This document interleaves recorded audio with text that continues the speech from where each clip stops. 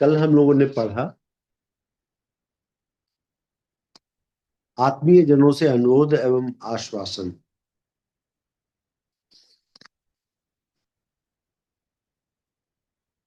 गुरुदेव इसमें लिख रहे हैं कि जो भी उन्होंने साधना की, उस साधना से उपलब्ध अतिरिक्त सामर्थ्य को विश्व के मूर्धन्य वर्गों को हिलाने उलटने में लगाने का हमारा मन है।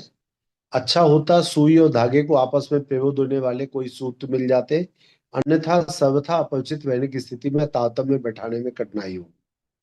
मूर्धन्यों में सत्ताधीश, धनाध्यक्ष, वैज्ञानिक और मनीषी वर्ग का उल्लेख है। यह सर्वोच्च स्तर के भी होंगे और सामान्य स्तर के भी। सर्वोच्च स्तर वालों की सूक्ष्मता जहां पैनी होती है, वहां वे अहंकारी और आग्रही भी कम नहीं होते। इसलिए मात्र उच्च वर्ग तक ही अपने को सीमित न रखकर हम मध्यम वृत्ति के इन चावों को भी अपनी पकड़ में ले रहे हैं, ताकि बात नीचे से उठते उठते ऊपर तक पहुंचने का भी कोई सिलसिला बने। दूसरा वर्ग जागृत आत्माओं का है। इसका उत्पादन सदा से भारत भूमि में अधिक होता रहा है। महामानव, ऋषि, मनीषी, देवता यहाँ जितने जन्मे हैं उतने अन्यत्र कहीं नहीं। यही हमारे लिए समीप भी पड़ा है। अस्तु प्रयत्न करेंगे कि जहां कहीं भी पूर्व संचित संस्कारों वाली आत्माएं दृष्टिगोचर होने हो, उन्हें समय का संदेश सुनाएं, युग धर्म बताएं और समझाएं कि यह समय व्यामों में कटौती करके किसी प्रकार निर्वाह भर में संतोष करने का है। जो हस्तगत है उसे बोया, उगाया और हजार गुना बढ़ाया जाना चाहिए। हम अकेले ही उगे, बढ़े और गलकर समाप्त हो गए तो यह एक दुर्घटना होगी। गुरुदेव कह रहे हैं कि अगर केवल उनका खुद का व्यक्तिगत आध्यात्मिक उन्नति होनी होती तो वो तो कब की हो चुकी। वो तो स्वयं रामकृष्ण परमहंस थे, उन्हें तो कतई आवश्यकता भी नहीं थी, मोक्ष प्राप्त हो चुका था।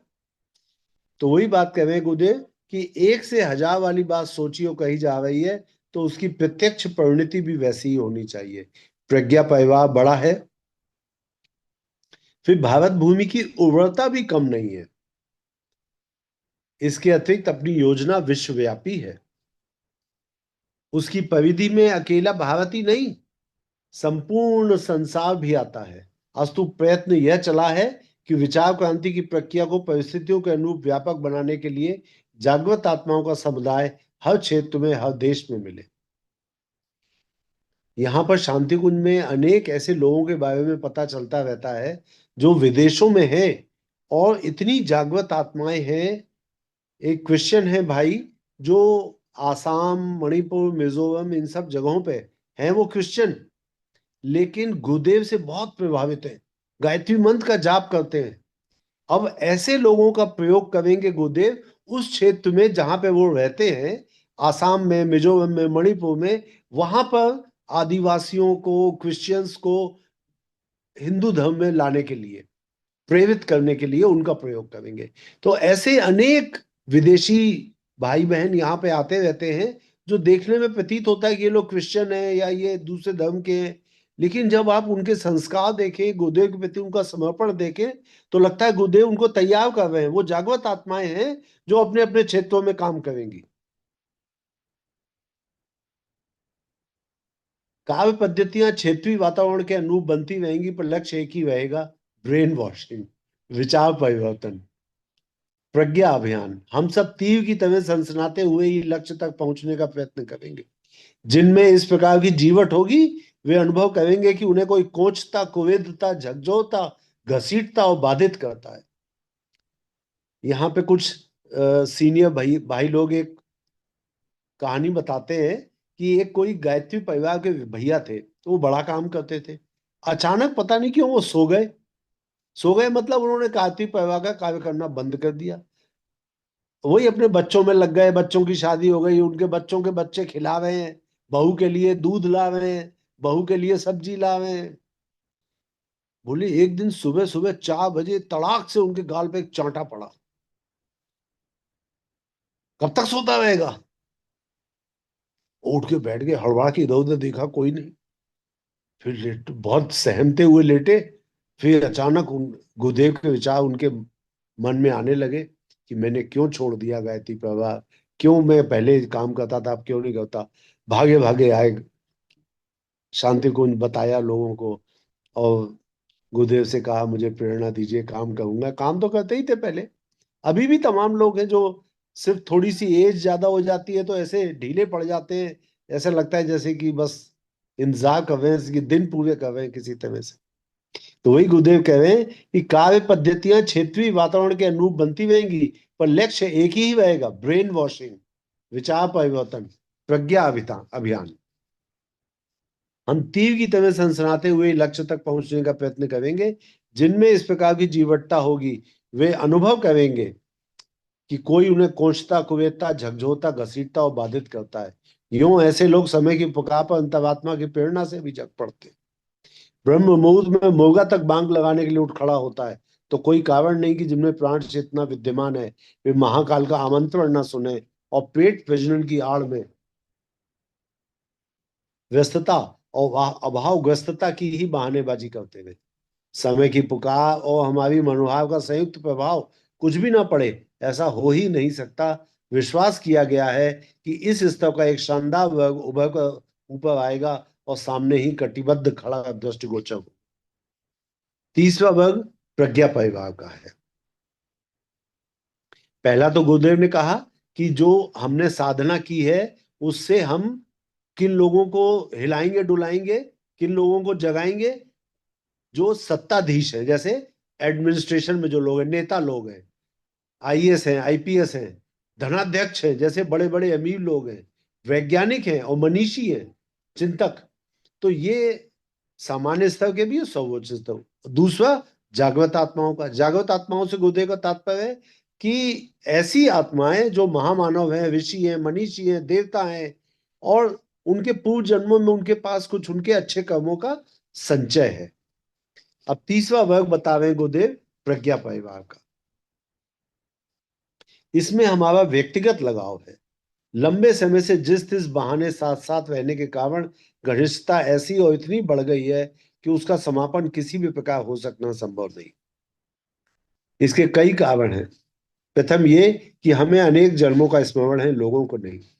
वही बात जो गुरुदेव को उनके गुरु ने बताई कि तुम्हें तुम्हारे पूर्व के 3 जन्मों का याद नहीं है, लेकिन हम तुम्हारे पूर्व के 3 जन्म दिखाते हैं, और उसमें जिसमें वो कबीर दास जी, समर्थ गुरु रामदास और रामकृष्ण परमहंस थे।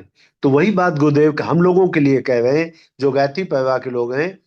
कह रहे हैं कि तीसरा वर्ग प्रज्ञा परिवार का है, जिसमें हमारा व्यक्तिगत लगाव है। लंबे समय से जिस तिस बहाने साथ साथ रहने के कारण घनिष्ठता ऐसी और इतनी बढ़ गई है कि उसका समापन किसी भी प्रकार हो सकना संभव नहीं। इसके कई कारण हैं। प्रथम यह कि हमें अनेक जन्मों का स्मरण है, लोगों को नहीं। जिनके साथ पूर्व जन्मों में सघन संबंध रहे हैं उन्हें संयोगवश या प्रयत्न पूर्वक हमने परिजनों के रूप में एकत्रित कर लिया, और वे जिस तिस कारण हमारे इर्द गिर्द जमा हो गए। उन्हें अखंड ज्योति अपने आंचल में समेटे बटोरे रही है। संगठन के नाम पर चलने वाले रचनात्मक कार्यक्रम भी इस संदर्भ में आकर्षण उत्पन्न करते रहे हैं। इसके अतिरिक्त बच्चों और अभिभावकों के बीच जो सहज वात्सल्य भरा आदान प्रदान रहता है वह भी चलता रहा है। बच्चे सहज स्वभाव अभिभावकों से कुछ चाहते रहते हैं, भले ही उसे मुंह खोलकर मांगे अथवा भाव भंगिमा से प्रकट करते रहे। बच्चों की आकांक्षा बढ़ी चढ़ी होती है, भले ही वह उपयोगी हो या अनुपयोगी, आवश्यक हो या अनावश्यक, दे दिलवा कर ही उन्हें चुप किया जाता है। इतनी समझ होती नहीं कि पैसा व्यर्थ जाने, वस्तु किसी काम न आने का तक उनके गले उतारा जा सके। बच्चों और अभिभावकों के बीच यह दुलार भरी खींचतान तब तक चलती रहती है जब तक वे परिपक्व बुद्धि के नहीं हो जाते और उपयोगिता अनुपयोगिता का अंतर नहीं समझने लगते। हमारे साथ एक रिश्ता परिजनों का यह भी चलता रहा है। गुरुदेव अपने गायत्री प्रज्ञा परिवार के उन लोगों के बारे में बात कर रहे हैं जो अक्सर गुरुदेव से न कुछ मांगते रहते हैं। तो गुरुदेव कह रहे हैं छोटे बच्चे तो अक्सर मांगते रहते हैं माता पिता से। वो ये थोड़ी देखते हैं कि ये वस्तु उपयोगी है कि अनुपयोगी, अनावश्यक है या आवश्यक। लेकिन किसी तरह से माता पिता पहले मना करते हैं। जैसे बच्चे खिलौने के लिए जिद करते हैं तो पहले तो मना करते हैं, महंगा है, तुम्हें क्या जरूरत, तुम्हारे पास 3 खिलौने पहले से ही हैं, अभी उनसे खेलो। लेकिन जब नहीं मानता बच्चा, रोता ही रहता है, तो अगर उनकी जेब परमिट करती है तो दिलवा भी देते हैं कभी कभी। तो वही बात कह रहे हैं कि हम इंतजार करते हैं, गुरुदेव कह रहे हैं कि जब तक बच्चे परिपक्व बुद्धि के नहीं हो जाते और उपयोगिता अनुपयोगिता का अंतर नहीं समझने लगते, तब तक हम इंतजार करते हैं। हमारे साथ एक रिश्ता परिजनों का यह भी चलता रहा है। मान्यता सो मान्यता, आदत सो आदत, प्रत्यक्ष रिश्तेदारी ना सही, पूर्व संचित सघनता का दबाव सही। एक ऐसा सघन सूत्र हम लोगों के बीच विद्यमान है जो विचार विनिमय संपर्क सानिध्य तक ही सीमित नहीं रहता, कुछ ऐसा भी चाहता है कि अधिक प्रसन्नता का कोई साधन कोई ऐसा हाथ लगे। कईयों के सामने कठिनाइयां होती हैं, कई भ्रमवश जंजाल में फंसे होते हैं, कईयों की अच्छी अधिक स्थिति चाहिए, कईयों को चाहिए कि जैसे हैं उससे अच्छे पैसे अधिक हो जाएं, कोई मुकदमा चल रहा है वो ठीक हो जाए, या किसी की लड़की की शादी नहीं होती वो लड़की की शादी हो जाए, किसी के बच्चा नहीं है तो बच्चा मांगते हैं। कारण कई हो सकते हैं, पर देखा यह जाता रहा है कि अधिकांश लोग इच्छा आकांक्षा लेकर आते हैं, वाणी से या बिना वाणी के व्यक्त करते हैं। मन में विचार भी आ जाता है तो गुरुदेव पढ़ लेते हैं, साथ ही सोचते हैं कि हमारी बात यथा स्थान पहुंच गई। उसका विश्वास उन्हें तब होता है जब पूरा न सही आधा अधूरा उपलब्ध भी हो जाता है। याचक और दानी का रिश्ता दूसरा है, और बच्चों और अभिभावकों के बीच यह बात लागू नहीं होती। बछड़ा दूध ना पिए तो गाय का बुरा हाल होता है, गाय के थनों में दूध भर जाता है तो गाय परेशान होती है। माँ तो गाय ही बछड़े को नहीं देती, बछड़ा भी गाय को कुछ देता है। यदि ऐसा ना होता तो कोई अभिभावक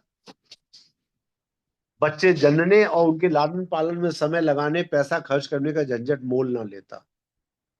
क्योंकि बच्चों का जो प्रेम मिलता है माता पिता को उसकी भी तो बहुत अहमियत है। गुरुदेव ने अनेक बार ये कहा कि बेटा तुमसे कभी कोई ये कहे कि तुम्हारे गुरु से ज्यादा ताकतवर मेरा गुरुदेव है तो मान लेना। कोई तुमसे ये कहे कि तुम्हारे गुरु से ज्यादा दानी हमारा गुरुदेव है तो मान लेना। कोई कहे कि तुम्हारे गुरुदेव से ज्यादा ज्ञानी हमारा गुरुदेव है तो मान लेना। लेकिन कोई अगर ये कहे तुम्हारे गुरु से ज्यादा प्रेम करने वाला हमारा गुरु है तो कभी ना मानना। जितना प्रेम मैं तुम लोगों से करता हूं उतना कोई कर नहीं सकता। कहने को गायत्री परिवार प्रज्ञा परिवार आदि नाम रखे गए हैं और उनकी सदस्यता का रजिस्टर तथा समय दान अंशदान का अनुबंध भी है, पर वास्तविकता दूसरी ही है जिसे हम सब भली भांति अनुभव करते हैं। वह है जन्म जन्मांतरों से संग्रहित आत्मीयता, जिसके पीछे जुड़ी हुई अनेकानेक गुदगुदी उत्पन्न करने वाली घटनाएं हमें स्मरण है। मुझे याद है मैंने गुरुदेव की आवाज में एक लेक्चर सुना है गुरुदेव का, सन 1970 का लेक्चर है। छत्तीसगढ़ के किसी जिले में वो बिलासपुर शायद नाम था, वहां पे लेक्चर दे रहे थे। इतनी आत्मीयता से उन्होंने कहा कि आप लोगों को देख करके मतलब उनको पूर्व जन्म के संस्मरण याद आ जाते हैं लोगों को, गायत्री व्यवहार के लोगों को देख करके। कह रहे हैं आप लोगों को देख करके मेरे मन में प्रेम के ऐसे बादल घुमड़ते हैं, आत्मीयता का ऐसा ज्वार उठता है, छाती फटी जाती है, आंखों से आंसू आने को कहते हैं कि कैसे तुम्हें गले ना लगा लूं। तुम्हें मन करता है तुम लोगों को गले लगा लूं, लेकिन फिर सोचता हूं तुम लोग सोचोगे ये बुढ़ा क्यों इतना दिखावा कर रहा है, ये क्यों ऐसे दिखावा कर रहा है कि हमें गले लगा करके अकारण हमसे इतना प्रेम क्यों कर रहा है। इस करके चुप हो जाता हूं। गुरुदेव का कहना था कि उनका प्रेम तुम लोगों को अकारण लगेगा और उनको एक एक जन्म याद है, किस किस जन्म में तुम्हारे साथ थे वो। कहने को गायत्री परिवार प्रज्ञा परिवार आदि नाम रखे गए हैं और उनकी सदस्यता का रजिस्टर तथा समय दान अंशदान का अनुबंध भी है, पर वास्तविकता दूसरी ही है जिसे हम सब भली भांति अनुभव करते हैं। वह है जन्म जन्मांतरों से संग्रहित आत्मीयता, जिसके पीछे जुड़ी हुई अनेकानेक गुदगुदी गुदगुदी उत्पन्न करने वाली घटनाएं हमें स्मरण है। परिजन उन्हें स्मरण न रख सके होंगे, फिर वे विश्वास करते हैं फिर वे विश्वास करते हैं कि परस्पर आत्मीयता की कोई ऐसी मजबूत डोरी बंधी है जो कई बार तो हिलाकर रख देती है। एक दूसरे के अधिक निकट आने, परस्पर कुछ अधिक कर गुजरने के लिए आतुर होते हैं। यह कल्पना नहीं वास्तविकता है जिसकी दोनों पक्षों को निरंतर अथवा समय समय पर अनुभूति होती रहती है। यही तीसरा वर्ग है बालकों का। ये जो प्रज्ञा परिवार के जो बच्चे हैं उनको गुरुदेव बालक कह रहे हैं। यही तीसरा वर्ग है बालकों का। इनकी सहायता से मिशन का कुछ काम भी चला है, पर वह बात गौड़ है, मतलब वो बात मुख्य नहीं है। प्रमुख प्रश्न एक ही है कि इन्हें हंसता हंसाता खिलता खिलाता देखने का आनंद कैसे मिले। देखिए क्या बात कह रहे हैं गुरुदेव। हम लोगों की जो इच्छाएं आकांक्षाएं हैं, उनको पूरा करके जो उनको प्रेम और खुशी महसूस होती है, उसको व्यक्त कर रहे हैं गुरुदेव। अब तक भेंट परामर्श सत्संग सानिध्य से भी इस भाव संवेदना की तुष्टि होती थी, पर अब तो नियति ने यह सुविधा भी हाथ से छीन ली। अब परस्पर भेंट मिलन का अध्याय समाप्त होता है। इसमें समय की कमी या कोई व्यवस्था संबंधी कठिनाई कारण नहीं। बात इतनी भव है कि इससे सूक्ष्मीकरण में बाधा पड़ती है, चित्त भटकता है, और जिस स्तर का दबाव अंतराल पर पड़ना चाहिए वह बिखर जाता है। जब गुरुदेव अपनी सूक्ष्मीकरण साधना कर रहे थे, उस समय के लिए उन्होंने लिखा है कि अब हम मिल नहीं पाते हैं बच्चों से, फलतः उस लक्ष्य की पूर्ति में बाधा पड़ती है। सूक्ष्मीकरण साधना जब गुरुदेव कर रहे थे, तो वंदनीय माता जी और श्रद्धेय डॉक्टर प्रणव पंड्या और शैल जी के अतिरिक्त और किसी से नहीं मिलते थे, जिसके साथ समस्त मनुष्य समुदाय का भाग्य भविष्य जुड़ा हुआ है। अपनी निज की मुक्ति सिद्धि या स्वर्ग उत्कर्ष जैसा कारण रहा होता, तो उसे उसे आगे कभी के लिए टहलाया जा सकता था। पर समय तो ऐसा विकट है, एक क्षण की भी छूट नहीं देता। गुरुदेव कह रहे, अपनी आध्यात्मिक उन्नति के लिए अगर मैं कोई साधना कर रहा होता, तो मैं ऐसा कदापि ना करता, मैं मिलता रहता बच्चों से। लेकिन समय इतना विकट है, इतना खराब समय आ रहा है, कलयुग को दूर करना है, सतयुग को लाना है, इसके लिए मैं एक क्षण की भी छूट नहीं ले सकता। ईमानदार सिपाही की तरह मोर्चा संभालने के अतिरिक्त और कोई विकल्प नहीं। इसलिए सूक्ष्मीकरण के संदर्भ में परिजनों को हमें अपनी साधना हेतु एकाकी छोड़ देना चाहिए। बच्चों के प्रज्ञा परिजनों के संबंध में चलते चलते हमारा इतना ही आश्वासन है कि यदि वे अपने भाव संवेदना क्षेत्र को थोड़ा और परिष्कृत कर लें, तो निकटता अब की अपेक्षा अधिक गहरी अनुभव करने लगेंगे। गुरुदेव कह रहे हैं कि गुरुदेव की शक्तियां तो बढ़ती जा रही हैं, पर जो बच्चे हैं उनके प्रज्ञा परिवार के लोग, हम लोग गायत्री परिवार के लोग, अगर हम लोग अपनी भाव संवेदना को और थोड़ा अच्छा कर लेंगे, तो हम लोगों को गुरुदेव की निकटता और सघनता से महसूस होगी। यानी कमी हमारी तरफ से है, हमारी साधना में, हमारी भाव संवेदना के विकास में कमी है। कारण कि हमारा सूक्ष्म शरीर सन 2000 तक और भी अधिक प्रखर होकर जिएगा। जो सूक्ष्मीकरण की साधना कही है गुरुदेव ने, उसके कारण उनका सूक्ष्म शरीर बहुत अधिक प्रखर हो गया, बहुत तेजस्वी और बलवान हो गया है। जहां उसकी आवश्यकता होगी, बिना विलंब लगाए पहुंचेगा। इतना ही नहीं, स्नेह सहयोग परामर्श मार्गदर्शन जैसे प्रयोजनों की पूर्ति भी करता रहेगा। कठिनाइयों में सहायता करने और बालकों को ऊंचा उठाने, आगे बढ़ाने की हमारी प्रकृति में वाई वृत्ति भी अंतर नहीं होने जा रहा है। वह लाभ पहले की अपेक्षा और भी अधिक मिलता रह सकता है। गुरुदेव कह रहे हैं कि हम गायत्री परिवार के परिजनों की कठिनाइयों में सहायता करेंगे और अपने बच्चों को ऊंचा उठाएंगे, आगे बढ़ाएंगे, तो हमारी प्रकृति में वाई इस बारे में हमारी प्रकृति में वाई वृत्ति भी अंतर नहीं होने जा रहा। वह लाभ पहले की अपेक्षा और भी अधिक मिलता रह सकता है। हमारे गुरुदेव सूक्ष्म छवि से हिमालय में रहते हैं। विगत वर्षों में हमने निरंतर उनका सानिध्य अनुभव किया है। यूं आंखों से देखने की बात मात्र जीवन भर में 3 बार ही, 3 3 दिन के लिए संभव हुई है। भाव सानिध्य में श्रद्धा की उत्कृष्टता रहने से उसकी परिणति एकलव्य के द्रोणाचार्य, मीरा के कृष्ण और रामकृष्ण परमहंस के काली दर्शन जैसी होती है। गुरुदेव कह रहे हैं, जब अपनी भाव संवेदना को परिष्कृत कर लिया जाएगा, श्रद्धा की उत्कृष्टता हो जाएगी।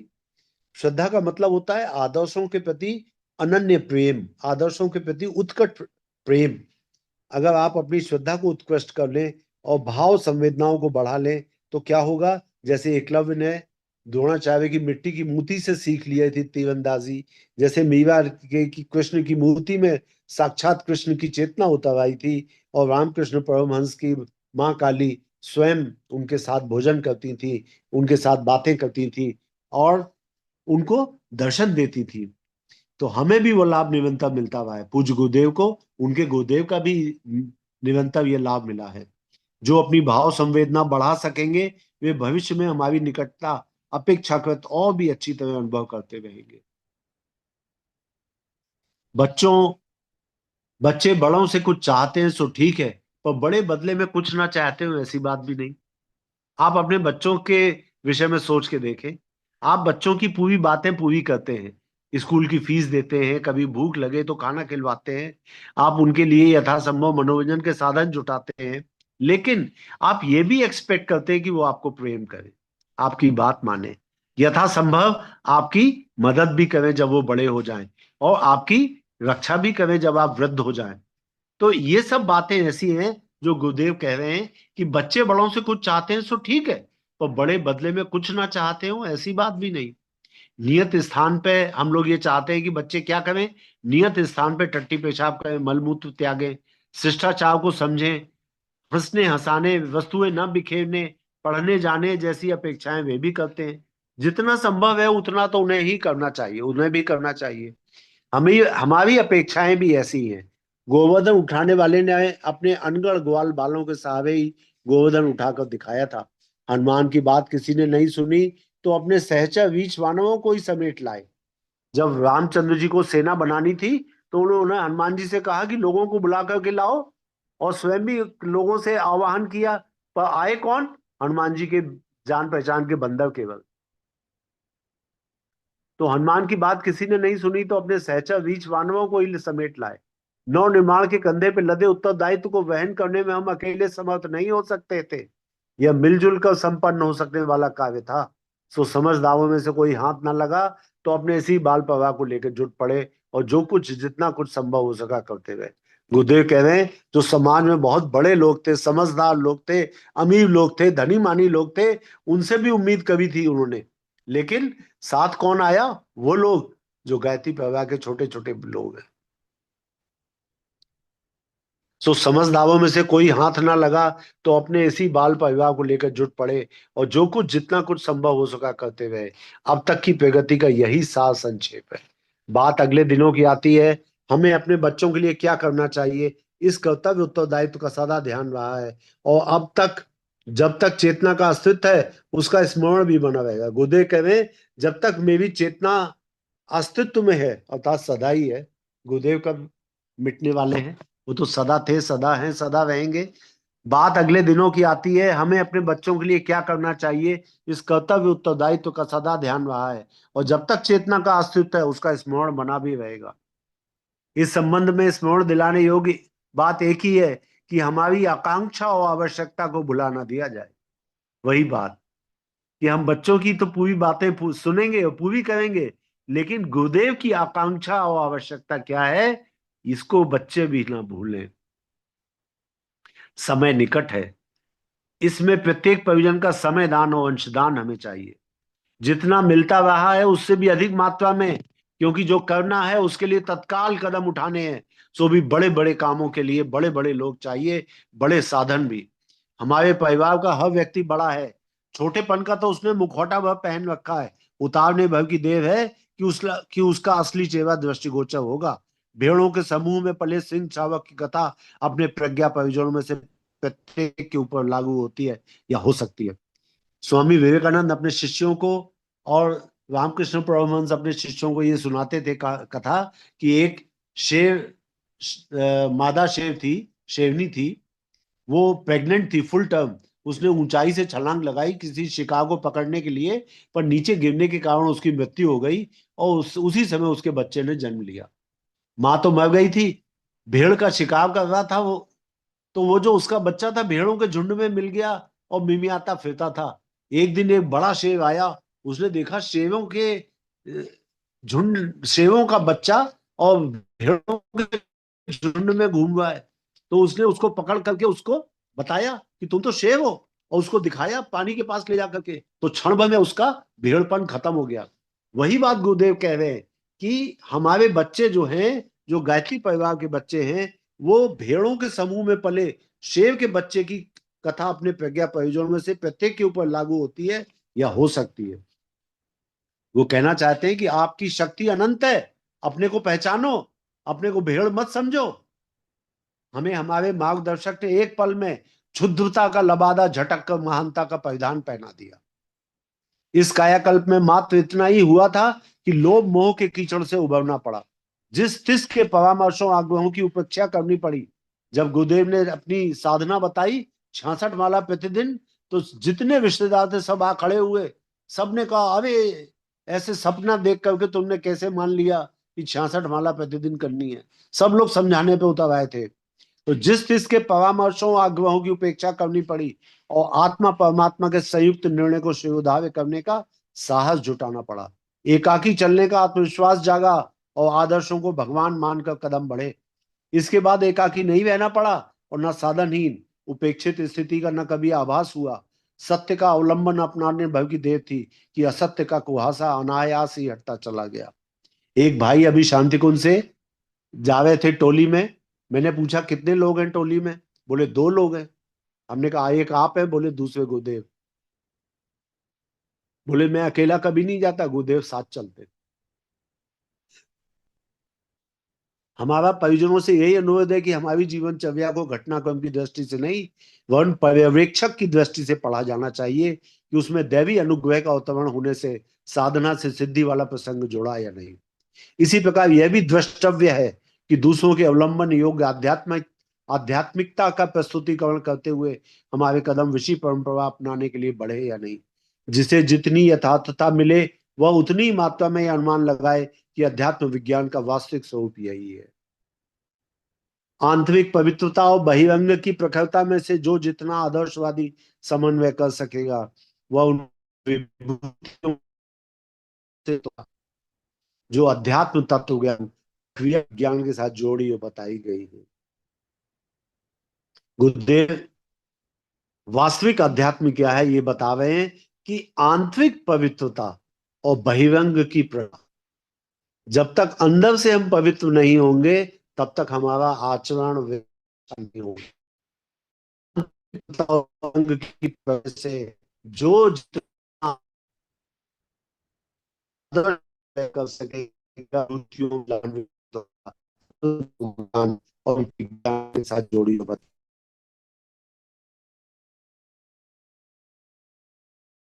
गई है।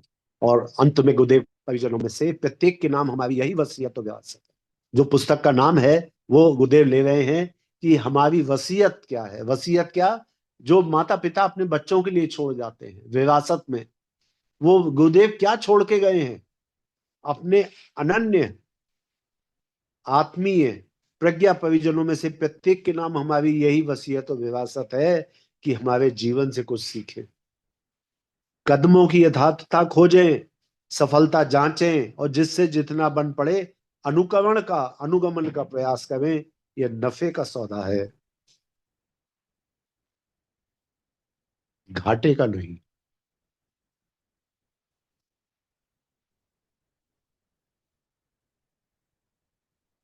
ओम शांति शांति शांति। आज ये स्वाध्याय समाप्त हुआ।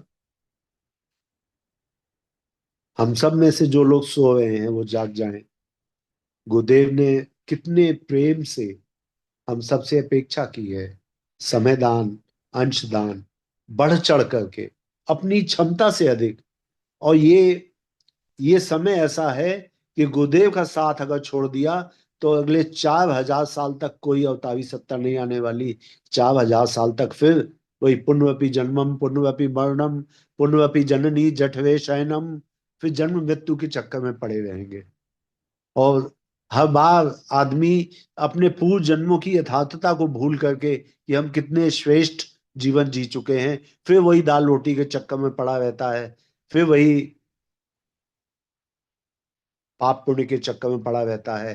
कर्मों के अकाउंट बढ़ते जाते हैं जब तक कि कोई मसीहा ना आए, कोई अवतारी सत्ता ना आए, कोई पंडित श्रीराम शर्मा आचार्य ना आए। कोशिश करें इसी जन्म में गुरुदेव का साथ, अनुग्रह और उनका संरक्षण प्राप्त करने की कोशिश करें। ओम शांति शांति शांति। शांति। प्रणाम भैया।